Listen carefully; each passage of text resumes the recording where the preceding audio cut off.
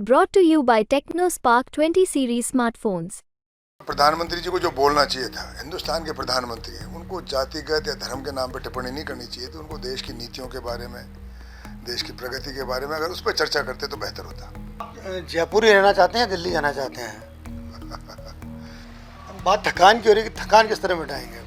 थकूंगा तो मिटाऊंगा, जब थकूंगा जब ही मिटाऊंगा। तो मुझे थकान ही नहीं हुई कि लगता है कि आपको लगता है सचिन पायलट की गारंटी पूरी होने वाली है? अवश्य होगी, अवश्य होगी। वो गारंटी देते हैं, वैसे थोड़ी दिया हो, सोच समझ के दिया हो, वो पढ़े लिखे आदमी है। टोंक सवाईमाधोपुर लोकसभा क्षेत्र के लिए मतदान प्रक्रिया संपूर्ण हो चुकी है।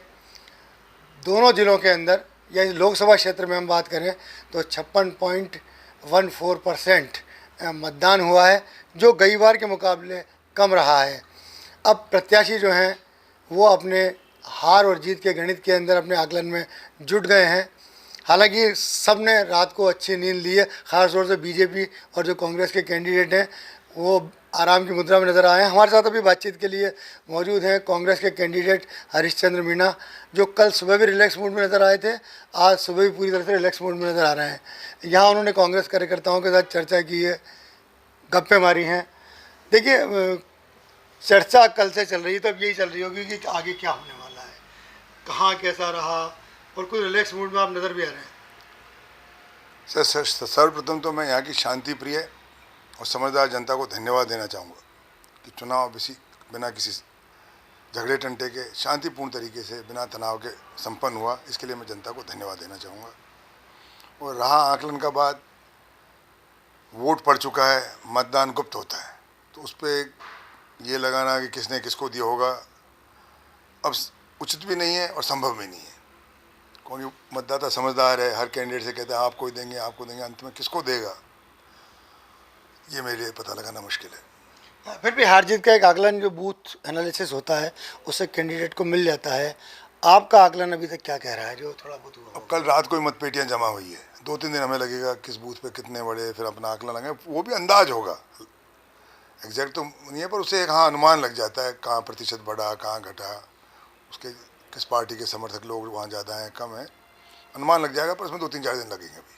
देखिए, हर बार ये होता रहा है कि सवाईमाधोपुर से कांग्रेस जो है वो लीड लेती रही है, टोंक से वो डेफिसिट में जाती रही है, लेकिन क्या इस बार लग रहा है कि ये कुछ आंकड़े पलटने वाले हैं? पलटने वाले हैं अवश्य। सवाईमाधोपुर से तो कांग्रेस जीतेगी, वो कांग्रेस के विचारधारा के लोग वहाँ ज़्यादा है। पर टोंक जिले में मैं मानता हूँ कांग्रेस को बड़ा फ़ायदा होगा, कांग्रेस को बड़ा फ़ायदा होगा। और यहाँ भी कांग्रेस को पिछले चुनाव के मुकाबले ज़्यादा वोट मिलेंगे। देखिए, पीएम मोदी अभी उनियारा आए थे और वहाँ उन्होंने मुस्लिमों को लेकर जिस तरह की बात करी और जिस तरह की बातें उन्होंने टिप्पणियाँ की, तो ये कल जो मुस्लिम वोट एकदम निकल के आया है, क्या लगता है कि पीएम ने जो जिस तरह की स्पीच दी थी उसके खिलाफ ये वोट निकल के आया पूरा? उसके खिलाफ तो नहीं जाना चाहिए। प्रधानमंत्री जी को जो बोलना चाहिए था, हिंदुस्तान के प्रधानमंत्री हैं, उनको जातिगत या धर्म के नाम पर टिप्पणी नहीं करनी चाहिए थी। उनको देश की नीतियों के बारे में, देश की प्रगति के बारे में अगर उस पर चर्चा करते तो बेहतर होता। आप जयपुर ही रहना चाहते हैं, दिल्ली जाना चाहते हैं? जहाँ जनता भेजेगी वहाँ चले जाऊँगा। फिर भी आप कहते हैं कि दिल्ली तो है वो दिल वालों की है, तो प्रजातंत्र में जनता मालिक होती है, जनता का जो आदेश होगा मैं पालना कर दूँगा। नहीं, लेकिन कल आपने जिक्र किया बातों बातों में कि आपके घर वाले नहीं चाहते कि आप दिल्ली जाएं। मेरे घर वाले क्या चाहते हैं नहीं चाहते हैं उसका कोई महत्व नहीं है। प्रजातंत्र में जो पब्लिक क्या चाहती है वो होगा। तो क्या उम्मीद है, देखिए, कि अब ये पूरा आपका जो कैंपेन था वो ख़त्म हो गया है, थक गए, आप भी थकान मिटाएंगे, तो अब थकान किस तरह मिटाएंगे कुछ दिन के लिए? नहीं, पहले तो मैं अपने मतदाताओं के बीच में जाऊंगा, धन्यवाद दूंगा उनको जिन्होंने भी मतदान किया है। और इस बार शांतिपूर्ण तरीके से, मैं सबसे अच्छा चुनाव ये मानता हूँ, इस चुनाव में बिल्कुल ही तनाव नहीं था, ना धर्म के नाम पे ना जाति के नाम पे। ये जनता की समझदारी है, जिसको जहाँ वोट देना था दिया, और कोई हिंसा नहीं हुई। अन्यथा कभी कभी हो जाता है, इस तरह का माहौल बन जाता है।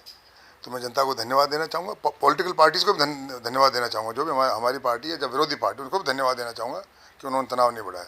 और जो अधिकारी जो इस ड्यूटी में लगे थे वो भी बधाई के पात्र हैं कि उन्होंने भी अपना ड्यूटी बड़ी अच्छी तरह से निभाई और कोई हिंसा नहीं होने दी। अब बात थकान की हो रही है कि थकान किस तरह मिटाएंगे?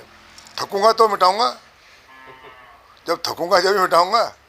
तो मुझे थकान ही नहीं हुई मतलब पूरे इलेक्शन कैंपेन में आपको थकान बिल्कुल नहीं हुई, क्योंकि गर्मी का मौसम, यहाँ से वहाँ लंबी लंबी दूरी नापना, पब्लिक मीटिंग करना, ग्रामीणों के बीच जाना, लगातार बोलना। गर्मी मेरे लिए थोड़ी थी, पूरे हिंदुस्तान के लिए गर्मी है कि पूरी दुनिया काम कर रही है, मजदूर मजदूरी कर रहा है, किसान किसानी कर रहा है, व्यापारी व्यापार कर रहा है, तो थकान किस बात की। सचिन पायलट की गारंटी पे फिर हम बात करेंगे कि लगता है कि आपको लगता है सचिन पायलट की गारंटी पूरी होने वाली है? अवश्य होगी, अवश्य होगी। वो गारंटी देते हैं वैसे थोड़ी दिया हो, सोच समझ के दिया हो, वो भी पढ़े लिखे आदमी है, अनुभवी पॉलिटिशियन है। तो गारंटी तो उन्होंने आपकी जीत की दी थी, मतलब आप जीत की बात दिया है तो उन्होंने को सोच समझ के दी होगी। कोई भी पॉलिटिशियन बोलता है सोच समझ के बोलता है, और पायलट साहब तो एक अनुभवी पॉलिटिशियन है, वो सुखबीर सिंह जौनपुरी आता है नहीं कुछ भी बोल दे, तो जो बोला है जरूर उसका असर होगा, उन्होंने सोच के बोला है, और जो बोला है वो मुझे लगता है पक्का होगा। देखिए, राज्य के 12 और लोकसभा क्षेत्र हैं जहां कल चुनाव हुआ है, आपके अलावा टोटल 13 थे। उनमें क्या कुछ आपको, क्योंकि ये रिपोर्ट्स मिलती हैं, आपस में बातचीत होती है, क्या लग रहा है वो और कितनी सीटें कांग्रेस को इस दौर में मिलने वाली हैं?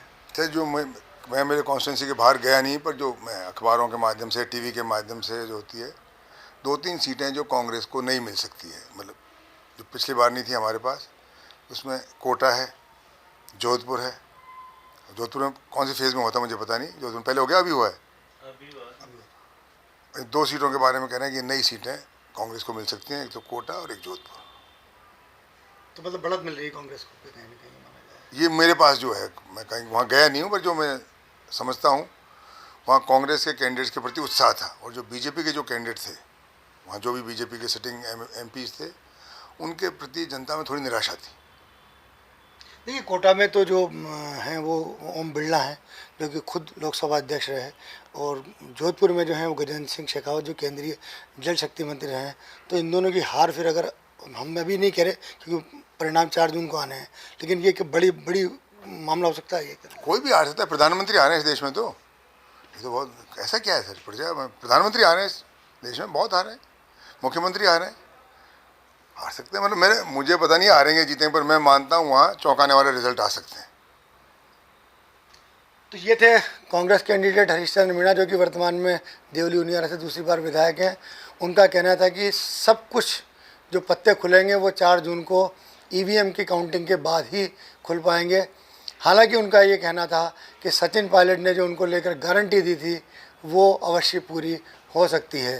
राजस्थान तक के लिए टोंक से मैं मनोज तिवारी।